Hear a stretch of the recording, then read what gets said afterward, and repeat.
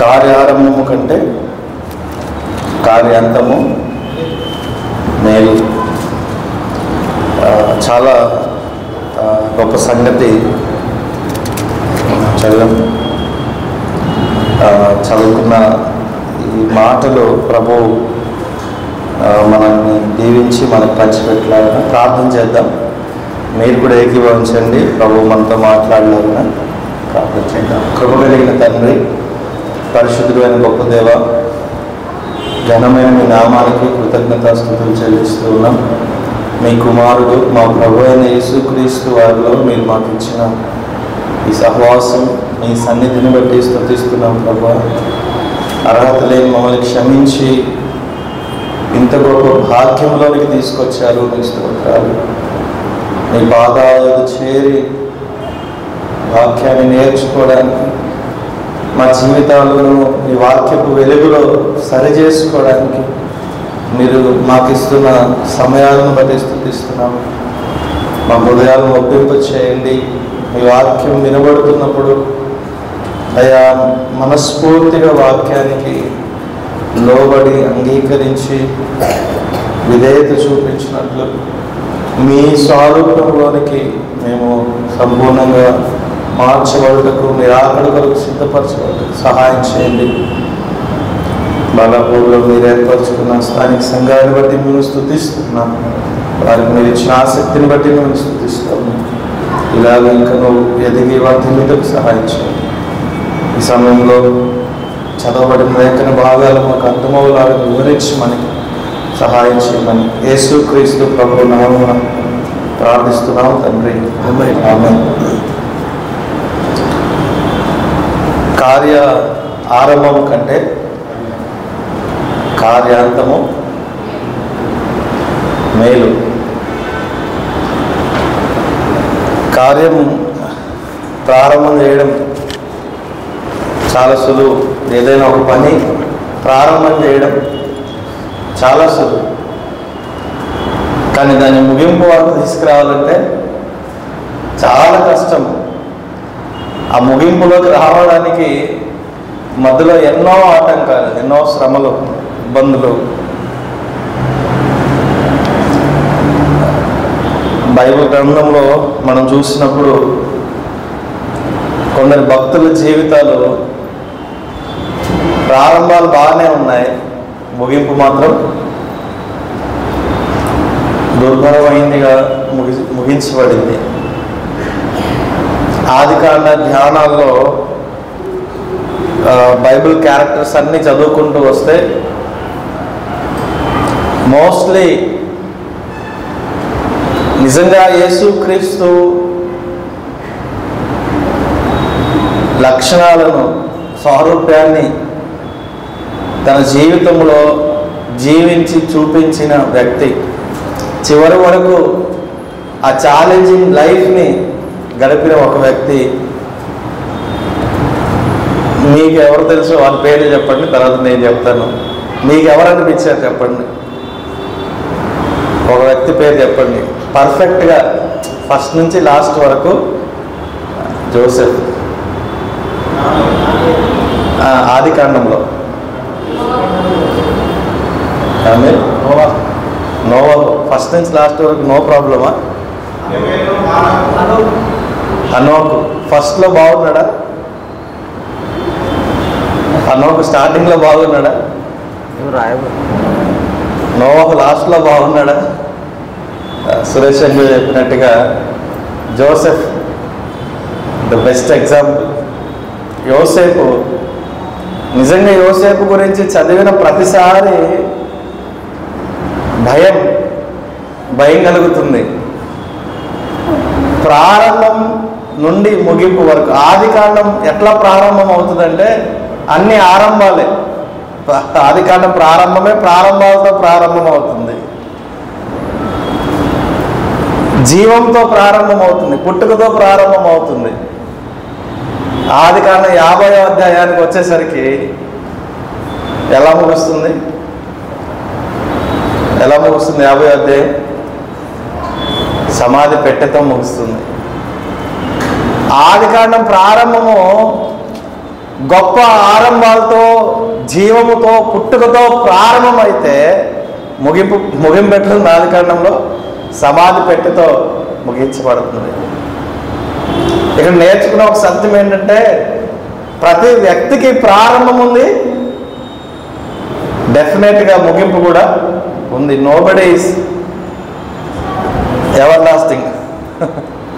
ఎవరికి ఈ మానవ జీవితం ఎవర్ లాస్టింగ్ కానే కాదు.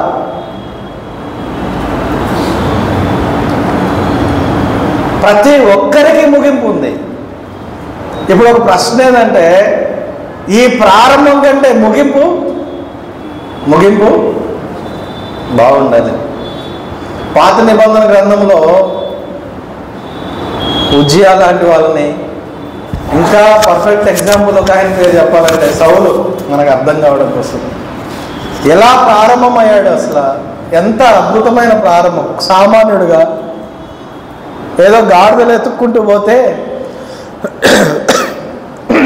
దైవజనుడు ఎదురై నిన్ను దేవుడు రాజుగా ఎన్నుకోబోతున్నాడని చెప్పాడు.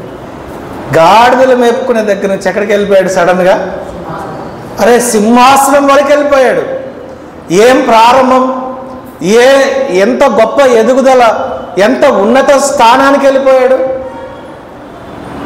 But what was his ending? ముగింపు ఎట్లా ఉంది?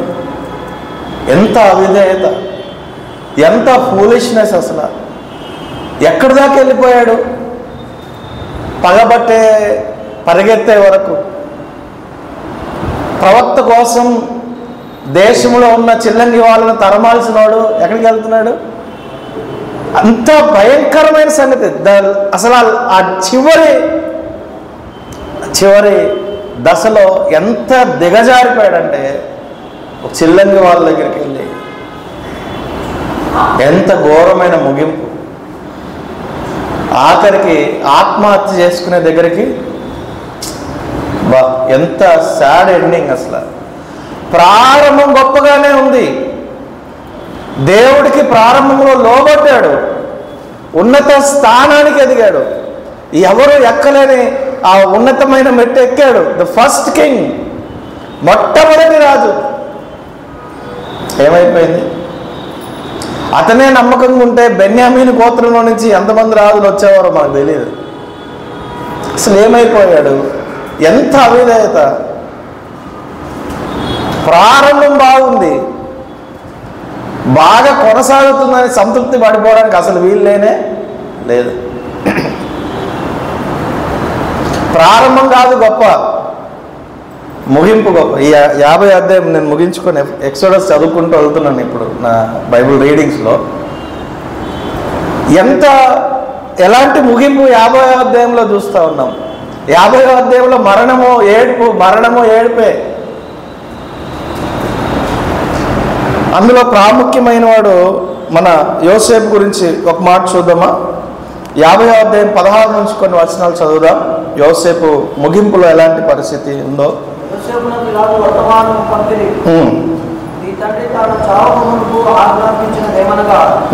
మీరు యోసేపుతో నీ సహోదరులు నీకు కీడు చేసిన గనుక దయచేసి వారి అపరాధమును వారి పాపమును క్షమించమని అతనితో చెప్పుడనేను.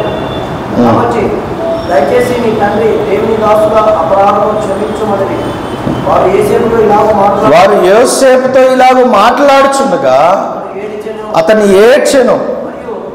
మరియు అతని సహోదరులు పోయి అతని ఎదుట సాగిలపడి, ఇదిగో మేము నీకు దాసులమని చెప్పగా, యోసేపు భయపడకుడి, నేను దేవుని స్థానమందున్నానా? మీరు నాకు కీడు చేయనుద్దేశించితే గాని నేటి దినమున జరుగుచున్నట్లు, అనగా బహు ప్రజలను బ్రతికించున్నట్లుగా అది మేలుకే దేవుడు ఉద్దేశించను. కాబట్టి భయపడకుడి, నేను మిమ్మును మీ పిల్లలను పోషించదనని చెప్పి వారిని ఆదరించి వారితో ప్రీతిగా మాట్లాడాను. యోసేపు ప్రారంభం 37వ అధ్యాయంలో మనం చూస్తూ ఉన్నప్పుడు ఒక చిన్న బాలుడుగా, ఒక యవనస్తుడిగా ఎదుగుతూ అన్నల దగ్గరకు వచ్చి, అన్న నాకు ఒక కల వచ్చింది, నా నిలబెడితే మీ పనులన్నీ సాష్టాంగ నమస్కారం చేశాయి, నాకు ఒక కల వచ్చింది. ఎంత ఇన్నోసెంట్గా వెళ్ళి అన్నలకి చెప్పుకున్నాడు. ఏం చేశారు వాళ్ళు? తృణీకరించారు. నాన్న నాకు ఒక కల వచ్చింది. ఈ కల భావము, ఆ విషయాన్ని తెలియజేయగానే యాకోబు కుమారుడు ఏం చేశాడంట? నేను మీ తల్లి అన్నలు నీ దగ్గర సాష్టాంగ పడుతున్నామా అని గద్దించాడు. కానీ దాన్ని గుర్తుపెట్టుకున్నాడు యాకోబు అని రాయబడింది. యోసేపు ప్రారంభం నుండి మనం ఆలోచన చేస్తూ వస్తుంటే, ప్రారంభం నుండి కూడా దేవుడితో కనెక్ట్ అయి ఉన్నాడు. అసలు ఇంత చిన్న వయసులోనే ఒక కల వచ్చింది అంటే, దేవుడు తను ఒక దర్శనం ఇస్తున్నాడంటే, చిన్న వయసు నుండే దేవుడితో ఒక కనెక్షన్ కలిగి ఉన్నాడు.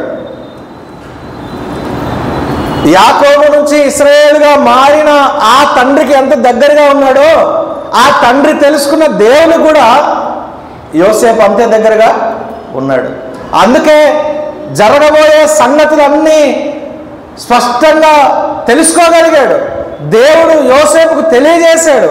ప్రారంభం నుండి కూడా యోసేపు ఎక్కడ బలహీనపడ్డవాడు కాదు. ప్రారంభం నుండి కూడా ఎక్కడ యోసేపు దేవునితోనే సంబంధాన్ని కోల్పోలేదు. అన్నల క్షేమ సమాచారాన్ని తెలుసుకోమని పంపిస్తే వాళ్ళు ఏం చేశారు? తమ్ముడిని చూసి ద్వేషించారు. వాళ్ళు తమ్ముడిని చూసి చంపడానికి ప్రయత్నించారు. అక్కడ కూడా కనీసం యోసేపు వారి మీద కోపడ్డాడు, యోసేపు వారిని ద్వేషించాడు, యోసేపు వారిని అసహించుకున్నాడు ఎక్కడన్నా ఉందా? నేను చదివినప్పుడు లేదు. ఎక్కడ యోసేపు వారి పట్ల ద్వేషాన్ని వ్యక్తపరిచాడు? ఈ మాట చెప్తుంటే నాకే భయం వేస్తుంది. యోసేపు సహోదరుల పట్ల ద్వేషాన్ని వ్యక్తం చేశాడని కానీ ఎక్కడ అసలు ఎంత దేవునితో ఎంత కనెక్టెడ్గా ఉన్నాడో ఆలోచన చేయండి, అర్థం చేసుకోవడానికి ప్రయత్నించాడు. తీసుకెళ్ళి ఆ ఇష్మాయేలీలకి లేదా ఐగుప్తుకి అమ్మేస్తే, పంపించేస్తే, అక్కడికి వెళ్ళి కూడా ఒక బానిస బ్రతుకుతున్న దేవుడితో ఎక్కడ సంబంధాన్ని కోల్పోలేదు. అసలు ఎక్కడ ఏంటి ప్రభువా, నేను నీతో ఇంత కనెక్షన్లో ఉంటే నన్ను ఎక్కడెక్కడ తీసుకెళ్తున్నావు? Never question God.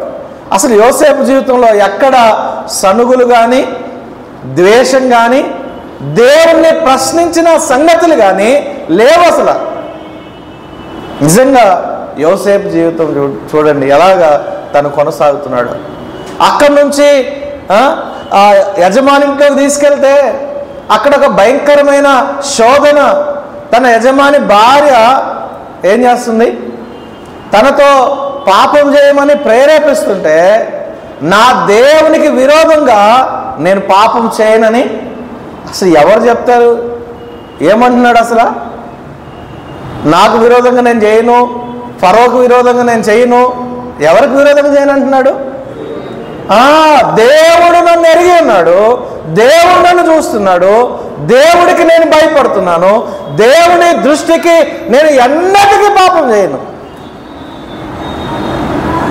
పారిపోయాడు. వస్త్రాలు లేకుండా పారిపోవడానికి నేను ఇష్టపడ్డాడు, కానీ పట్టుబడడానికి ఎక్కడ? పట్టుబడితే తన క్యారెక్టర్ ఏమైపోతుందో బాగుగా ఎరిగినవాడు యోసేపు. అక్కడితో తను ముగించబడతాడనే సంగతి యోసేపుకు తెలుసు. ఎవరైనా ప్రారంభాన్ని గుర్తుపెట్టుకుంటారా? గొప్ప గొప్ప కార్యాలు గుర్తుపెట్టుకుంటారా? గొప్ప గొప్ప విషయాలు గుర్తుపెట్టుకుంటారా? చేసిన సభలు, ప్రసంగాలు, లేకపోతే భక్తి జీవితం, అచీవ్మెంట్స్ ఎవరైనా గుర్తుపెట్టుకుంటారా? ఆయన పడిపోయాడు అనుకో, పడిపోయిన దగ్గర నుంచి లైఫ్ అక్కడి నుంచి మొదలవదు. ఎక్కడి నుంచి మొదలవుతుంది? ఇప్పుడు ఎక్కడ పడిపోయావో అక్కడి నుంచి ఆ లైఫ్ మళ్ళీ మొదలవుతుంది. That is the ending. అదే ముగింపు. అక్కడ ఆగిపోతుంది జీవితం. అది నాకు వద్దు అనుకున్నాడు యోసేపు. అది నాకు అవసరం లేదనుకున్నాడు యోసేపు. నా జీవితం ఇక్కడ ముగించబడడం నాకు ఇష్టం లేదని పరిగెత్తాడు. అసలు పరిగెత్తాడు. అందుకేనేమో యవనెచ్చల నుండి పారిపోమ్మని పౌలు గారు తిమోతికి చెప్తున్నాడు. పారిపో. పాపము మనల్ని లాగి మనల్ని అక్కడితో ముగింపు చేస్తుంది అని అర్థం చేసుకున్నప్పుడు అక్కడి నుంచి పారిపోవడం మంచిది. ఈ పని మనల్ని దేవునికి దూరం చేస్తుంది. ఈ పరిస్థితి నన్ను దేవునితో కనెక్షన్లో నుంచి దూరం చేస్తుంది. ఈ ఈ ఆలోచన, ఈ మాటలు, నేను వెళ్ళే ఈ స్థలం, నా సహవాసం నన్ను దేవుని నుంచి దూరం చేస్తుంది అన్నప్పుడు అక్కడి నుంచి పారిపోవడం ఎంతైనా మంచిది.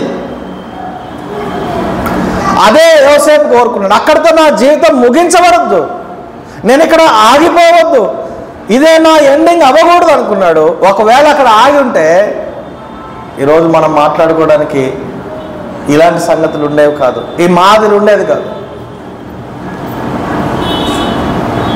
అన్యాయంగా మళ్ళీ తీసుకెళ్ళి ఆడబడేశారు, జైల్లో పడేస్తే అక్కడ కూడా నమ్మకంగా ఉన్నాడు. ఏమి నమ్మకత్వము! ఇంత యవ్వన దశలో ఇంత యవ్వనస్తుడిగా ఉండి ఎవరు చెప్పారు నమ్మకంగా ఉండవని? అమ్ముందా? నానున్నాడా? పోనీ అన్నదమ్ములు ఉన్నారా? ఎవరున్నారు అకౌంట్ అడగడానికి, అతని గురించి లెక్క అడగడానికి? నువ్వేం తిన్నావు, ఏం తాగావు, ప్రార్థన చేసుకున్నావా లేదా, నువ్వు దేవునితో సంబంధంలో ఉన్నావా లేవా, నువ్వు సరిగ్గా బ్రతుకుతున్నావా లేదా, బైబిల్ చదివావా లేదా, దేవుడితో దగ్గరగా ఉన్నావా లేదా అని అడిగిన వాళ్ళు ఎవరు లేకపోయినా నన్ను నేను ప్రొటెక్ట్ చేసుకోవాలి, నన్ను నేను దేవునితో కనెక్షన్లో ఉంచుకోవాలనే నిర్ణయం, దేవునితో దగ్గరగా జీవించే ఎంత అద్భుతమైన వ్యక్తి, దేవుడితో ఎంత కనెక్షన్లో ఉంటే ఎవరు చెప్పలేని కదా. అసలు నువ్వు కళ చెప్తే నా దగ్గర కూడా వస్తూ ఉంటారు ఆ పెంతెకోస్తలు కానీ ఎవరన్నా వచ్చినప్పుడు, అన్న నాకు ఒక కళ వచ్చింది చెప్పండి. నీ కళ వస్తే నాకేం తెలుస్తుంది నాయన, నువ్వేం ఆలోచించావు, ఏం కళ వచ్చిందో నేను ఎట్లా చెప్పాలి? మొన్న ఒక ఆయన వచ్చి, అన్న నాకు ఒక దర్శనం వచ్చింది, నీ గురించి వచ్చింది అని చెప్తున్నాడు. అయితే గట్టిగా ప్రార్థన చేయను ఆయన అని చెప్పాను అన్నమాట. ఏంటి పరిస్థితి? అసలు సరే వచ్చిందని చెప్తే దానికి ఏదన్నా చెప్పొచ్చు. ఈయనకి కళ ఫరోకి వచ్చిన కళ ఏంటో చెప్పాడా? చెప్పగానే దాని భావాన్ని ఎంత వివరంగా విషయాన్ని తెలియజేశాడంటే ఇది దేవుని వలన జరిగిందే కానీ మనుష్య జ్ఞానం వల్ల కలిగింది కానే కాదు. దేవుడు కృపనిచ్చాడు. తను దేవుడితో ఎంత కనెక్షన్లో ఉంటున్నాడో దేవుడు యోసేపుని అంత ఉన్నత స్థానానికి తీసుకెళ్తా ఉన్నాడు. ఎంత ఉన్నత పదవిలో మళ్ళీ నిలబెట్టాడు, ఎంత ఉన్నత స్థానానికి దేవుడు హెచ్చించాడు. అక్కడికి వెళ్ళిన యోసేపు దేవుణ్ణి మర్చిపోలేదు, దేవుడితో కనెక్షన్లో నుంచి బయటకి పోలేదు. కరువు వచ్చింది, ధాన్యం సమకూర్చాడు కదా, 7 ఏళ్ల పంట కూర్చాడు, మళ్ళీ 7 ఏళ్ళ కరువు వచ్చింది. యాకోబు దగ్గర నుంచి వర్తమానం వచ్చింది, అరే ఐగుప్తులో బియ్యం దొరుకుతున్నాయంట, తినడానికి గింజలు దొరుకుతున్నాయంట, మీరు వెళ్ళి తీసుకురండి అని కొడుకుల్ని పంపిస్తే యోసేపు గుర్తుపట్టాడా, అన్నలు గుర్తుపట్టారా? యోసేపే గుర్తు. అదే మీరు యోసేపు ప్లేస్లో ఉంటే ఏం చేస్తారు ఇప్పుడు చెప్పండి? మీ అన్నలే మిమ్మల్ని అట్లా చేస్తే,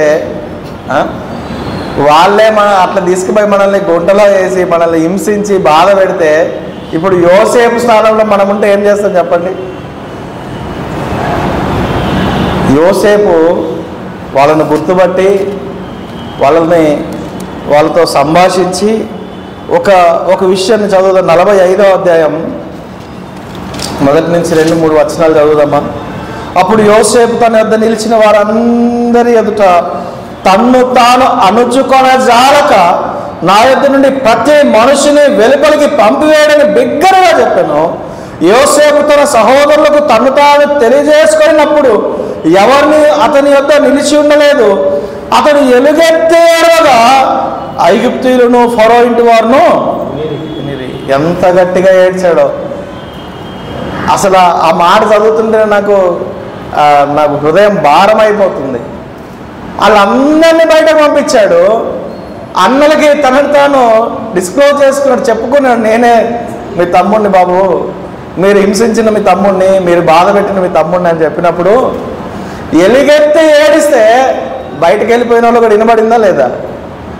ఎంత గట్టిగా ఏడ్చాడో. ఆయన ఎవరు అసలు? ఎవరు యోసేపు? ఫరో స్థానంలో ఉన్నవాడు ఏడ్చాడు ఏడ్చాడు ఏడ్చాడు అనే మాటలు చదువుతుంటే నాకు ఏంటి అసలు ఈయన ఏడవడం ఏంటి అసలు? ఎందుకు ఏడుస్తున్నాడు?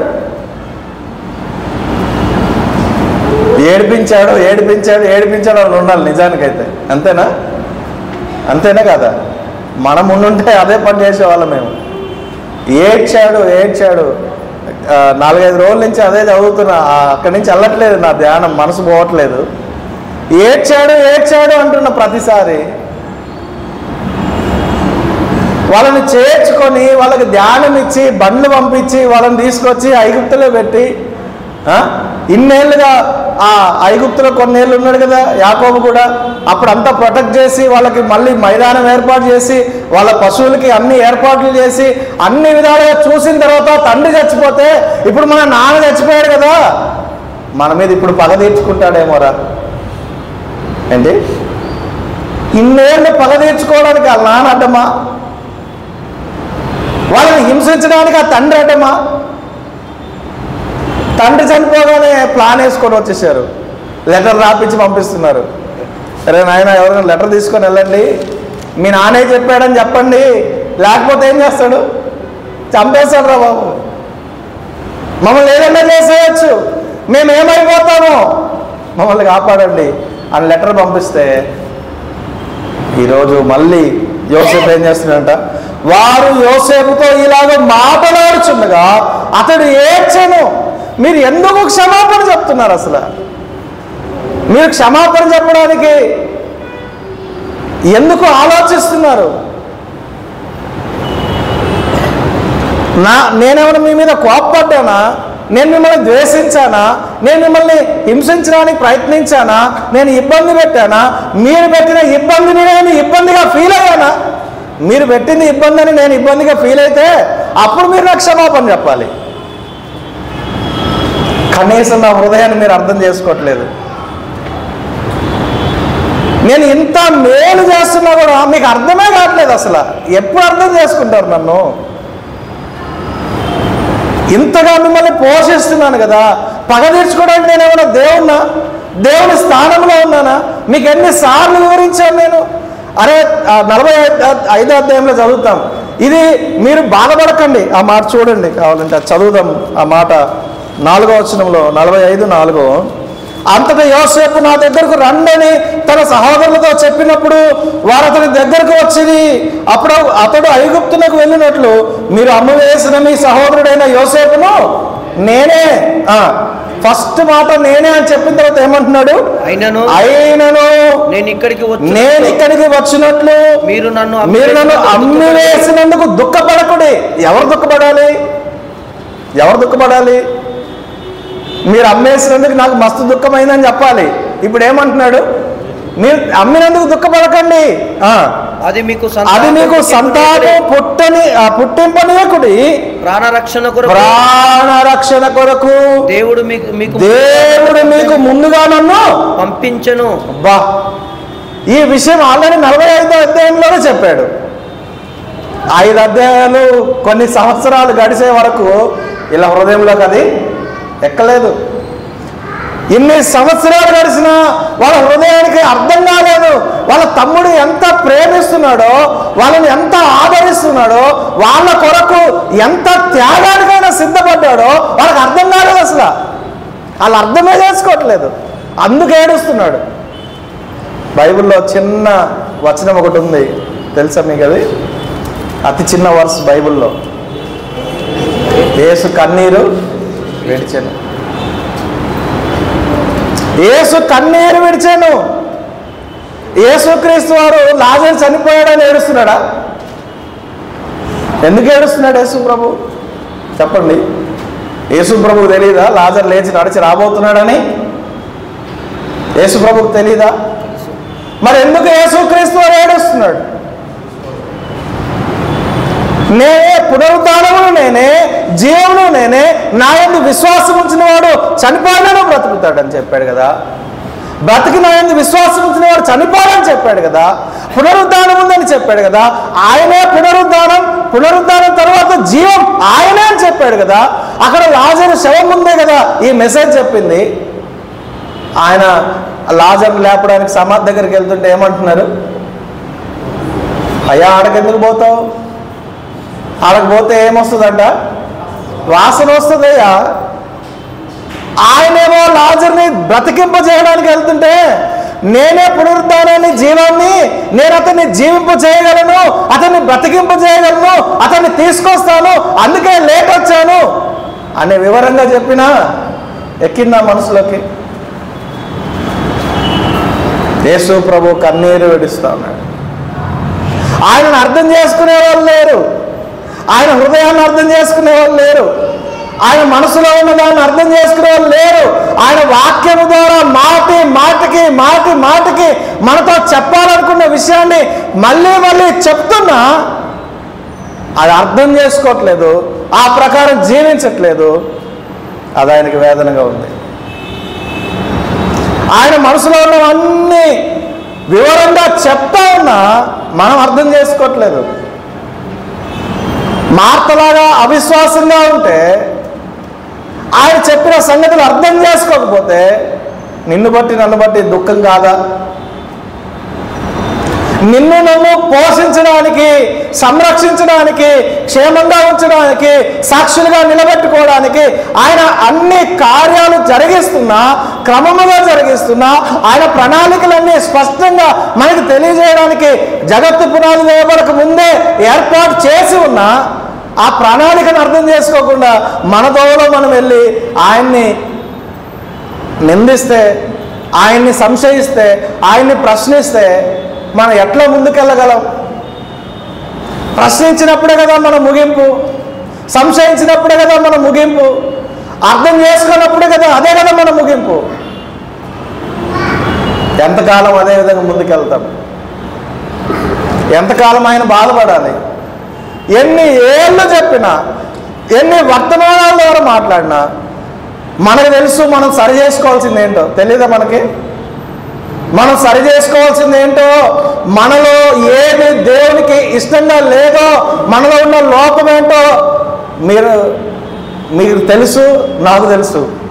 దాన్ని సరి చేసుకోలేదనుకో, పరిశుద్ధాత్మ దేవుడు మాటికి వివరించి చెప్తున్నా దాన్ని అర్థం చేసుకోకపోతే, ఆయన ప్రేమను అర్థం చేసుకోకపోతే, ఆయన్ని తిరిగి ప్రేమించలేకపోతే, ఆయన ఎంత ప్రేమించినా త్యాగమైపోయేంతగా, శిలువ మరణం పొందేంతగా తను తాను రిక్తునిగా చేసుకొని ఆయన ప్రేమను వ్యక్తపరిస్తే, ఆ ప్రేమను అర్థం చేసుకోకపోతే, యోసేపు ఎంత ప్రేమిస్తున్నా ఆ ప్రేమ అన్నలకి అర్థం కాలేదు. యేసు ప్రభు ఎంత ప్రేమిస్తున్నా ఆ ప్రేమ మనకి అర్థం కావట్లేదు. ఆయన త్యాగం మనకు అర్థం కావట్లేదు. అందుకే ఆయన కొరకు బ్రతకట్లేదు. అందుకే ఆయన కొరకు త్యాగం చేయడానికి సిద్ధం అవ్వట్లేదు. మనం ఆయన కొరకు త్యాగం అయిపోవడానికి ఇష్టపడట్లేదు. మనం ఆయన ఏం కోరుకుంటున్నాడు మన దగ్గర నుంచి? ఏం కోరుకున్నాడు? మీ డబ్బులు అడిగాడా? ఆస్తిపాస్తులు అడిగాడా? ఏం అడిగాడు? ఆయన్ని ప్రేమించడమే కదా. ఆయన ఆజ్ఞలు గైకొని ఆయన అడుగుజాడలో నడవడం తప్ప, ఆయన్ని ప్రేమించడం తప్ప ఇంకేమైనా అడిగాడా? ఏమైనా ఎక్స్పెక్ట్ చేశాడా మన దగ్గర నుంచి? చాలాసార్లు ఆయన ప్రేమించడంలో మనము ఆయన ప్రేమను అర్థం చేసుకోవడంలో ఫెయిల్ అయిపోతున్నాం.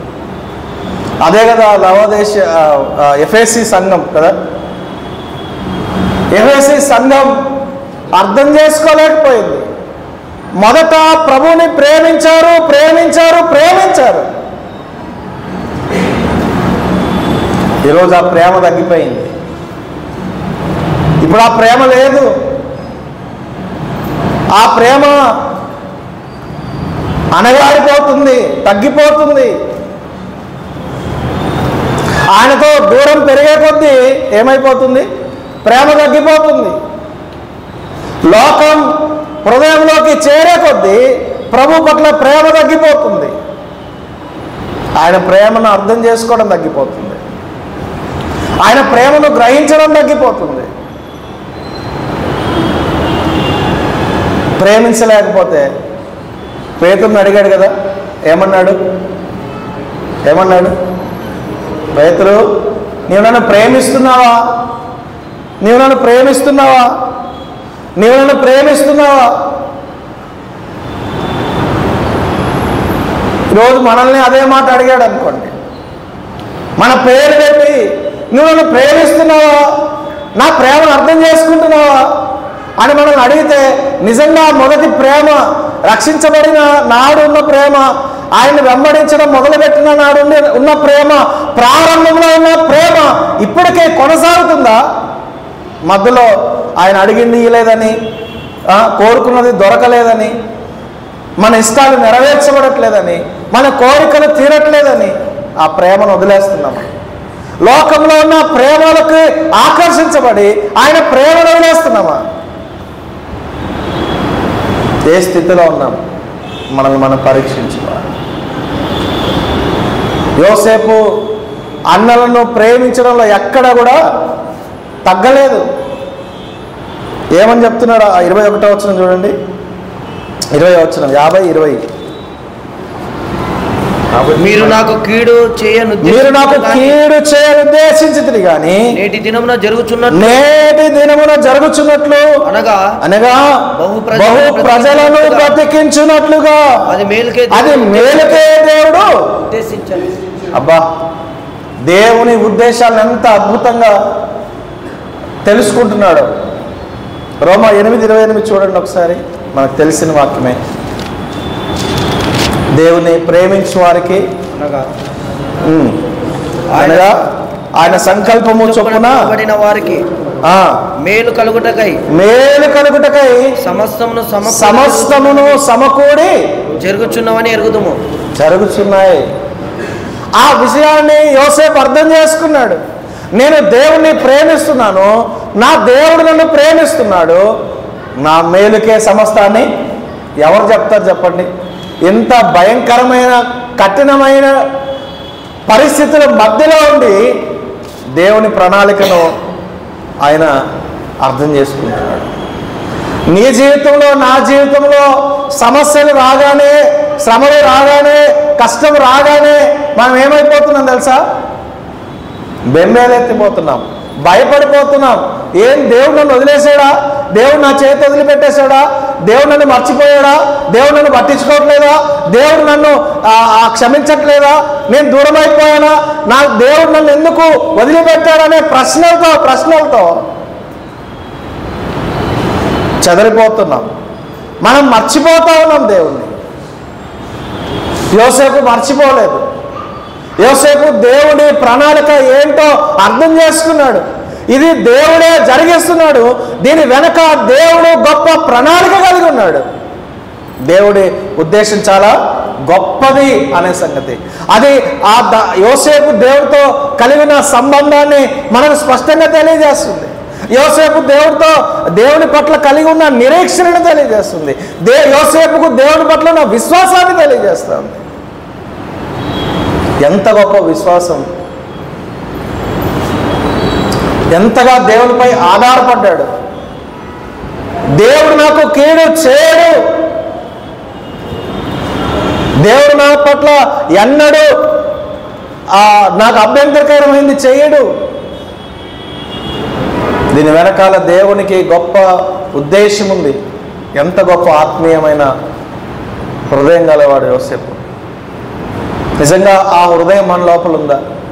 మనం ఎప్పుడైతే దేవుని ప్రేమను అర్థం చేసుకుంటామో, ఆయన ప్రేమను తెలుసుకుంటామో, అప్పుడు మాత్రమే దేవునితో కలిగి ఉన్న సంబంధాన్ని బట్టి మాత్రమే ఇంత ఉన్నతమైన ఆలోచనలు మనకు వస్తాయి. లేదంటే మనం వీక్ అయిపోతాం, దారి తప్పిపోతాం, మన ప్రవర్తన మారిపోతుంది, మనం పరిగెత్తే ఆ పరుగు ఆగిపోతుంది, మన ఆలోచనలు మారిపోతాయి, మన గమ్యం మారిపోతుంది, మన ముగింపు దారుణంగా ఉంటుంది. యోసేపు ఎంతటి శ్రమనైనా భరించడానికి ఇష్టపడ్డాడు. యోసేపు దేనికోసం పిలువబడ్డాడో ఆ పిలుపును అర్థం చేసుకున్నాడు. నన్ను దేవుడు ప్రత్యేకమైన పని కోసం బహు జనులకు నేను మేలు చేయనట్లు, బహు జనులను పోషించినట్లు దేవుడు నన్ను ఇలాగా ఉంచాడు అనే విషయాన్ని అర్థం చేసుకున్నాడు యోసేపు. మన జీవితంలో శ్రమలు వస్తూ ఉన్నాయంటే, కఠినమైన పరిస్థితులు వస్తూ ఉన్నాయంటే, ఇబ్బందికరమైన పరిస్థితులు కూడా వెళ్తున్నామంటే దేవుడు మన పట్ల ఒక గొప్ప ప్రణాళిక కలిగి ఉన్నాడు. మనల్ని ఇంకా బలంగా నిలబెట్టే ఉద్దేశం కలిగి ఉన్నాడు. మనల్ని ఇంకా బలంగా స్థిరపరిచే ఉద్దేశం కలిగి ఉన్నాడు. దేవుడు ఎప్పుడు కూడా మనల్ని మనపైన ప్రయోగాలు చేయడు. నేను చెప్పింది అర్థమైందా? ప్రయోగాలు ఎప్పుడు చేయడు. వీడు ఉంటాడా, ఊడిపోతాడా, పడిపోతాడా, ఒకసారి టెస్ట్ చేద్దాం, వీడిని ఊపి చూద్దాం, వీడిని కలవరపెట్టి చూద్దాం. నో, దేవుడు ఎప్పుడు ప్రయోగాలు చేయడు. మన విశ్వాసం పట్ల ప్రయోగాలు చేయడు. మన ఆత్మీయ జీవితం పట్ల ఎప్పుడు దేవుడు ప్రయోగం చేయడు. దేవుడు మనము శ్రమల గుండా వెళ్తున్నామంటే ఆ శ్రమల్లో మనకు నేర్పాల్సిన పాఠాలు నేర్పి మనల్ని స్థిరపరచడానికే ఆ మార్గం గుండా నడిపిస్తాడు. నేను మాటికి ఎక్కడికి వెళ్ళినా ఈ ఉదాహరణ వస్తూనే ఉంటుంది. అదేంటంటే, ఒక వ్యక్తి సముద్ర బొడ్డున నడుస్తూ ఉన్నాడంట. విన్నారా ఎప్పుడైనా? నడుస్తూ ఉంటే యేసు ప్రభుతో కలిసి నడుస్తున్నాడు. నడుస్తుంటే ఎన్ని అడుగులు పడతాయి? సముద్రం ఒడ్డున నడిస్తే అడుగులు పడతాయి కదా. ఇప్పుడు ఎన్ని అడుగులు పడుతున్నాయి? యేసు ప్రభుతో కలిసి నడిస్తే 4 అడుగులు పడుతున్నాయి. వెళ్తా జాలీగా హ్యాపీగా మాట్లాడుతూ సంతోషంగా వెళ్తా ఉన్నాడు. భయంకరమైన తుఫాను వచ్చింది, ఆ సునామీ వచ్చింది, భయంకరమైన పరిస్థితి. శ్రమల గుండా వెళ్తున్నప్పుడు ఒకసారి చూసుకున్నాంట, ఏంది ఇంత భయంకరంగా ఉంది, ఇంత దారుణంగా ఉంది, ఏదో భరించలేకపోతున్నా, ఉన్నాడా అని ఒకసారి చూసుకునేసరికి 2 అడుగులు పడుతున్నాయంట. ఎంతమంది ఉన్నట్టు ఇప్పుడు? 2 అడుగులు పడితే ఎంతమంది ఉన్నట్టు? ఆహా, నేను హ్యాపీగా ఉన్నంత సేపేమో నాతో నడిచి శ్రమలు రాగానే నన్ను వదిలిపెట్టి వెళ్ళిపోతావా? ఏందయ్యా ఇది? నీకు న్యాయమేనా? ఇలాగైనా నువ్వు చేసేది? నేను సంతోషంగా ఉన్నప్పుడేమో నాతో ఉన్నావు, శ్రమల్లో ఉన్నప్పుడు నన్ను వదిలిపెట్టి వెళ్తావా? ఏందయ్యా ఇది అని ప్రశ్నిస్తున్నాడంట. నాయనా ఆగురా నాయనా, అర్థం చేసుకోవా? ఇక మాట్లాడడమేనా నీ పని? 2 అడుగులు పడితే అవి నీయేనా? అవి నీ కాదురా బాబు, నాయి. అవునా? మరి నేను ఎక్కడున్నాను? నువ్వు నా చేతుల్లో ఉన్నావు, నేను నిన్ను ఎత్తుకున్నాను. ఈ శ్రమల గుండా నువ్వు వెళ్తే నువ్వు తట్టుకోలేవు, నువ్వు భరించలేవు. నిన్ను విడిచి వెళ్తే నువ్వు ఆ శ్రమల్లో పట్టుకొని వెళ్ళిపోతావని నిన్ను నేను చేతులు ఎత్తి పట్టుకున్నాను. ఆ అడుగులు నాయి, నువ్వు నా చేతుల్లో ఉన్నావు. అందుకే నీ అడుగులు లేవు కాబట్టి నీకు 2 అడుగులు పడ్డాయి. అవి చూసి నువ్వు నన్నే అనుమానిస్తున్నావా, నన్నే బాధ పెడుతున్నావా అన్నాడు. ప్రతి శ్రమలో, ప్రతి పరిస్థితుల్లో ఆయన మనల్ని ఎత్తి పట్టుకున్నాడు. ఆయన అరచేతిలో చెక్కుకున్నాడు. మనల్ని ఎవరు ఆయన చేతిలో నుంచి దొంగిలించలేరు, అపహరించలేరు, మనల్ని పాడు చేయలేరు, మనల్ని ఎవరు కూడా చెదరగొట్టలేరు. ఆయన మనల్ని అంత బలంగా భద్రంగా ప్రొటెక్ట్ చేస్తున్నాడు. తండ్రి అరచేతిలో చెక్కబడ్డాం. కుమారుడు ఏమన్నాడు? నా చేతి నుండి ఎవరు కూడా. ఇప్పుడు ఎక్కడున్నాం మనం? ఆ దేవుని చేతిలో మనం ఇట్లున్నాం. ఆయన ఇలా పిడికిలు బిగించి మనల్ని భద్రం చేస్తుంటే ఇందులో నుంచి ఎవడైనా తీయగలడా? ఎవరైనా తీయగలరా ఇందులో నుంచి మనల్ని? ఆ దేవుని చేతిలో నుంచి మనల్ని ఎవరైనా బలహీనపరచగలరా, చంపగలరా, నాశనం చేయగలరా, మనల్ని ముగింపు చేయగలరా? మనం గుర్తుపెట్టుకోవాలి, శ్రమలు వస్తూ ఉన్నాయంటే హీస్ విత్ us, ఆయన మనతో ఉన్నాడు. ఆయన మనకంటే ఎక్కువ శ్రమలు అనుభవించి ఆ శ్రమల్లో నుంచి ఎలా దేవుని కొరకు ఏమంటారు తలతలలాడుతూ బయటకు రావాలో ఆయన తెలుసు. ఆయనకి ఆ పాఠాలు మనకు నేర్పిస్తూ ఉన్నాడు. ఇంకా మనం మెరవాలని, ఇంకా మనము ఆయన కొరకు వెలగాలని ఆ శ్రమల్లో మనతో ఉన్నాడు. ఆ శ్రమల్లో దేవుని చిత్తం ఎరగాలి, దేవుని ఉద్దేశం ఎరగాలి. ఆయన ఏ ఉద్దేశంతో మనల్ని ఆ మార్గంలో నడిపించాడో అర్థం చేసుకుంటే మనం ఆగిపోము, అక్కడితో ముగించబడము, అక్కడితో మనం వెనకడుగు వేయము, అక్కడితో దేవుడికి దూరం అవ్వము. అది అర్థం చేసుకున్నాడు. ఎఫ్ఎస్సి 4:2 ఒక మాట చూద్దామా. ఎఫ్ఎస్సి 4:2. కాబట్టి మీకు సమాధానమును బంధము చేత ఆత్మ కలిగించు ఐక్యమును కాపాడుకున్నట యందు శ్రద్ధ కలిగిన వారై ప్రేమతో ఒకరినొక్కడు సహించుచు 3 మీరు పిలువబడిన పిలుపునకు తగినట్లుగా దీర్ఘశాంతముతో కూడిన సంపూర్ణ వినయముతోను సాత్వికముతోను నడుచుకొనవలెనని ప్రభువును బట్టి ఖైదీనైనా నేను మిమ్మల్ని బతిమాలుకొనుచున్నాను. ఎవరంట ఆయన? ఎక్కడున్నాడు ఆయన? ఏమంటున్నాడు? ఏం కలిగి ఉండాలంట? పిలుపుకు తగినట్లుగా దీర్ఘశాంతం అవసరం, సంపూర్ణ వినయం అవసరం, సాత్వికంతో నడవడం అవసరం. శ్రమల్లో ఇవన్నీ మనకు అవసరం. వినయం అవసరం, ప్రశ్నించడం కాదు. దీర్ఘశాంతం అవసరం. నేను ఇక సహించలేనయ్యా, నాతోటి కాదు. ఎంతకాలం భరించాలి? నేను తప్ప నీకు ఎవరు దొరకట్లేదా ఇంత కష్టాలు పడటానికి? అరే, ఇంత భక్తి జీవితం జీవిస్తున్నాను, ఎప్పుడు ప్రార్థన మానలేదు, ఎప్పుడు కూడికలు మానలేదు, ఎప్పుడు సహవాసాన్ని విడవలేదు, ఎప్పుడు పాపం చేయలేదు, నాకే ఎందుకయ్యా ఈ శ్రమలు? నేను ఇక భరించలేను, నాకు ఓపిక లేదు. నో, పిలువబడిన పిలుపుకు తగినట్లుగా భరించాల్సిన అవసరత మనకు ఉంది. దీర్ఘశాంతం శాంతం కాదు, ఏంటి? దీర్ఘకాలం శాంతంగా ఉండాల్సిందే. Wait upon the lord. ప్రభు దాన్ని ఆపే వరకు వెయిట్ చేయాల్సిందే. ప్రభు అనుమతించి ఆపే వరకు వెయిట్ చేయాల్సిందే. వినయంగా వెయిట్ చేయాల్సిందే. యాకోబు పత్రికలో ఒక మాట అంటాడు, 5:17 ఒక మాట చూడండి. యాకోబు పత్రిక 5:17. ఏలియా మన వంటి స్వభావం గల మనుషుడే, వర్షింపకున్నట్లు అతడు ఆసక్తితో ప్రార్థన చేయగా 11 సహించిన వారిని ధన్యులనుకొనుచున్నాము కదా. మీరు యోబు యొక్క సహనమును కూర్చి వింటిరి. ఆయన ఎంతో చాలు కనికరమును గలవాడని మీరు తెలుసుకొని ఉన్నారు. ఏంటంటే చెప్పండి, సహించిన వారిని ధన్యులు అనుకొనుచున్నాము కదా. అబ్బా, యోబు ఏం సహించిందండి, ఎంత గొప్ప ధన్యుడు.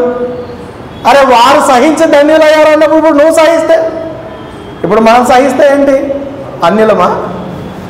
ఎవరు సహిస్తే వారు ధన్యులు. పిలువబడిన పిలుపుకు తగినట్లుగా సహిద్దాం.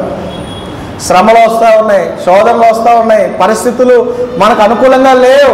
దాని వెనక దేవుని చిత్తం ఏంటో సహనంతో తెలుసుకుందాం.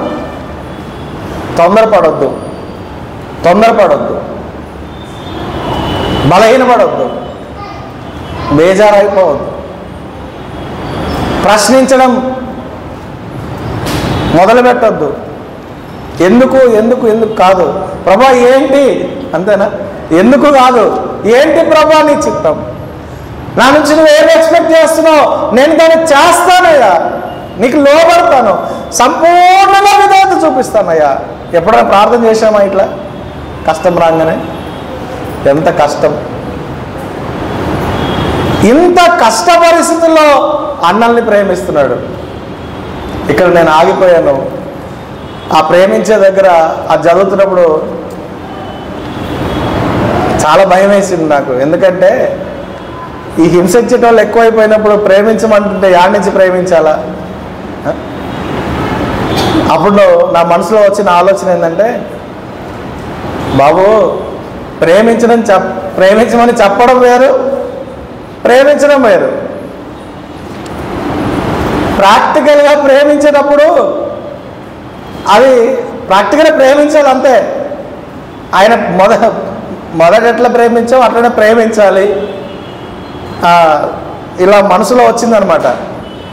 చెప్పడం కాదు నాయన, చెయ్యాలి అని మనసులో వచ్చింది. వచ్చిన తెల్లారి నుంచి నా ముందుకు ఒక ఆయన వచ్చి నిలబడుతున్నాడు. అడ్డుబోట్లు ఇటుబోట్లు అక్కడే నిలబడుతున్నాడు. తెలుసు కదా ఎవరో ఒక ఆయన. ఇప్పుడు ప్రేమించాలి, ఏం చేయాలా? ఆయన చూడంగానే కోపం వస్తుంది. ఇప్పుడు కోపాన్ని అణుచుకోవాలి, ప్రేమించాలి. అదేంటో ప్రేమించాలని నిర్ణయం తీసుకుని తెల్లారే రావాలా? తర్వాత రోజు రావచ్చు కదా. అంటే అనుకోవడానికి, అనుకున్న దానికి అసలు యోసేపు ఎట్లా ప్రేమించాడబ్బా! ఎంత మనసు కావాలా? నిజంగా ప్రేమించాలంటే ఎంత ఓపిక కావాలా, ఎంత సహనం కావాలి. నేనైతే దానికి కొంచెం ఆ గోడని ఎట్లకట్లా దూకా, కొద్దిగా కష్టపడి దూకేశాను ఎట్లకట్లా. ఇక అట్లనే ఉండాలని మీరు కూడా ప్రార్థన చేయండి దేవుడి దయ వల్ల. ఎవరైనా మనము ప్రేమించలేని వారు వస్తే మన పరిస్థితి ఏమవుతుంది చెప్పండి? ఏదైనా పరిస్థితి మన ఎదుటికి సడన్గా వస్తున్నప్పుడు యోసేపు అసలు ఎలాంటి మనసుతో స్వీకరించాడు? అసలు ఆ మనసు గురించి ఆలోచన చేస్తే దేవుని ప్రణాళికను అర్థం చేసుకున్నాడు కాబట్టి ఏం చేయగలిగాడు? ఇప్పుడు భయపడకండి, పోషిస్తాను మిమ్మల్ని, భయపడకండి, పోషిస్తాను. ఎలాంటి ప్రేమ యోసేపు తను. పేతురు మొదటి పత్రికలో 2:20 ఒక మాట అంటాడు చూడండి. మొదటి పేతురు 2:20 తప్పిదమునకై దెబ్బలు తినినప్పుడు మీరు సహించిన ఎడలా మీకేమి ఘనమో, మేలు చేసి బాధపడినప్పుడు మీరు సహించిన ఎడలా అది దేవునికి హితమగును. ఇందుకు మీరు పిలువబడితిరి. అమ్మో, ఇది చాలా చిన్న మాట కాదు, ఇది పెద్ద బాధ్యత పెట్టాడు. ఏంటంట? తప్పు చేసినప్పుడు ఎవరైనా దెబ్బలు తింటారు, తప్పు చేసినప్పుడు ఎవరైనా ఓర్చుకుంటారు. ఏ తప్పు లేకపోయినా, ఏ సమస్య లేకపోయినా మనల్ని ఇబ్బంది పెట్టినప్పుడు, ఇప్పుడు కదా అసలైన టెస్ట్ అంటే, ఇప్పుడు కదా మనం నిజంగా ప్రేమించాల్సింది, ఇప్పుడు కదా యేసుక్రీస్తు ప్రేమను మనం చూపించాల్సింది. యోసేపు అదే చేశాడు. దేవుని ప్రణాళికను అర్థం చేసుకున్నాడు. నా ముగింపు ఇలా ఉండకూడదు అనుకున్నాడు. ఆ ముగింపు ఒకవేళ ఒక్క తప్పుడు నిర్ణయం తీసుకున్నా అక్కడితో యోసేపు ఏమైపోయి ఉన్నాడు చెప్పండి? యోసేపు ముగింపే. కానీ అక్కడ కూడా దేవునికే స్థానం ఇచ్చాడు, కానీ యోసేపు ఎక్కడ కూడా డీవియేట్ అవ్వలేదు. యోసేపు జీవితం ఎంత అద్భుతంగా ముగిసింది, చక్కగా మనవలని చూశాడు. ఒక్కసారి పాపానికి మనం ఛాన్స్ ఇచ్చామంటే అక్కడితో మన ముగింపు. ఇందాక చెప్పుకున్నాం కదా, మనం ఎంత ఉన్నత శిఖరాలకి ఎదిగినా, ఎవరు గుర్తించినా గుర్తించకపోయినా ఒక్కసారి పడిపోయామంటే అక్కడి నుంచే లెక్క మొదలు పెడతారు ఇక, అంతే. అందుకనే మన జీవితాన్ని మనం చాలా జాగ్రత్తగా కొనసాగించాల్సిన అవసరం ఉంది. చాలా జాగ్రత్తగా మన ముగింపును ప్రభువుతో దగ్గరగా ఉన్నప్పుడు క్షేమంగా ముగించగలుగుతాం.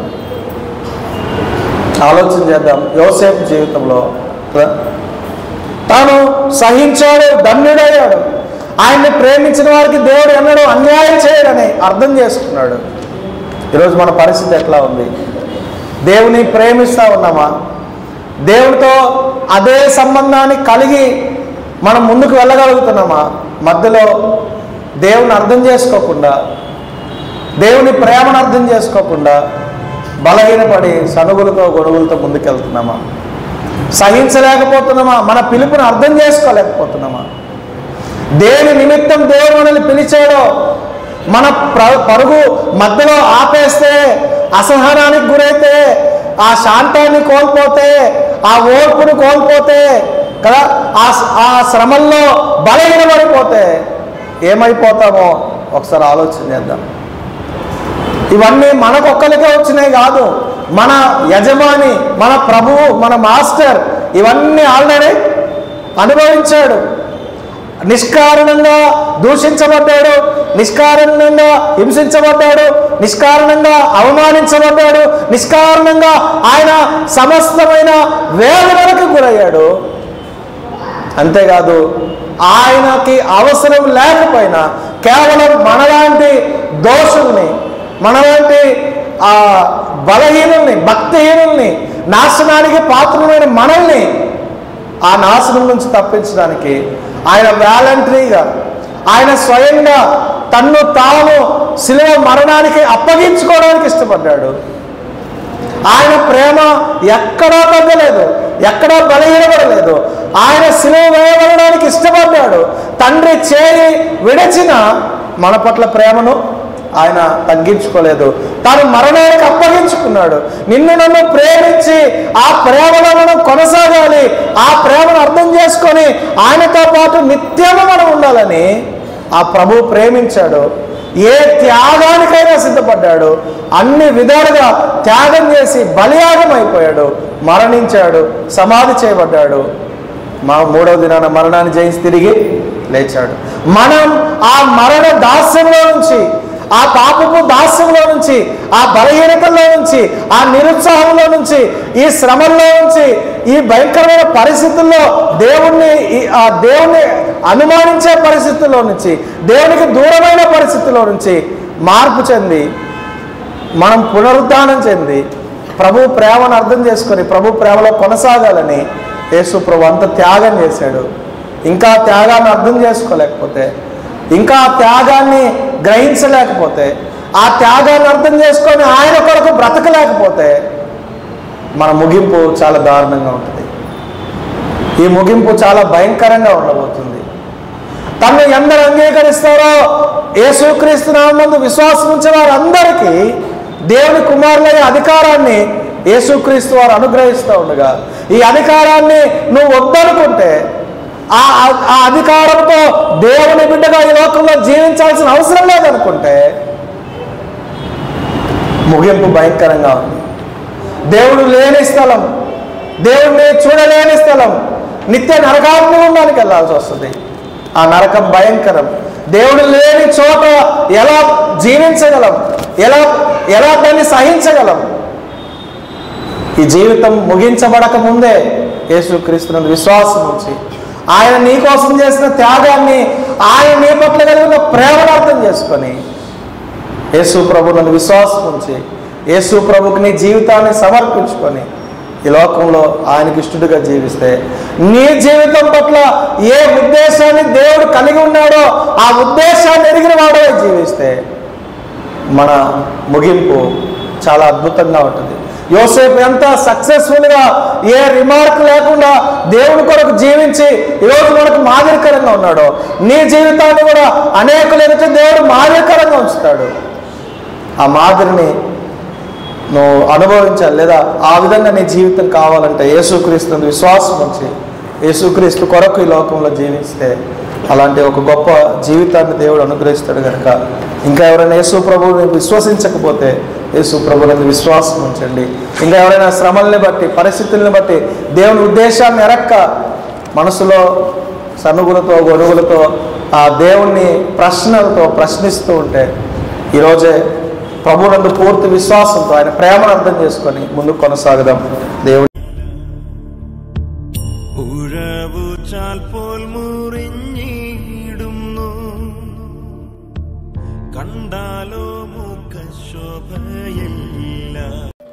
ప్రభునందు ప్రియులారా, మన ప్రియ ప్రభు రక్షకుడునైనటువంటి యేసుక్రీస్తు శ్రేష్టమైన నామంలో మీ అందరికీ హృదయపూర్వక వందనాలు. ఈ సందేశంలో మీ ఆధ్యాత్మిక జీవితానికి ఎంతో మేలుకరంగా, దీవెనకరంగా, మీరు ఆత్మీయంగా బలపడుటకు సహాయకరంగా ఉన్నాయని ఆశిస్తున్నాం. ఇంకను అనేక సందేశములు వినుటకు ఈ ఛానల్ను సబ్స్క్రైబ్ చేసుకోగలరు. ఈ పరిచర్య నిమిత్తమై ఇంకను ప్రార్థించగలరని మనవి.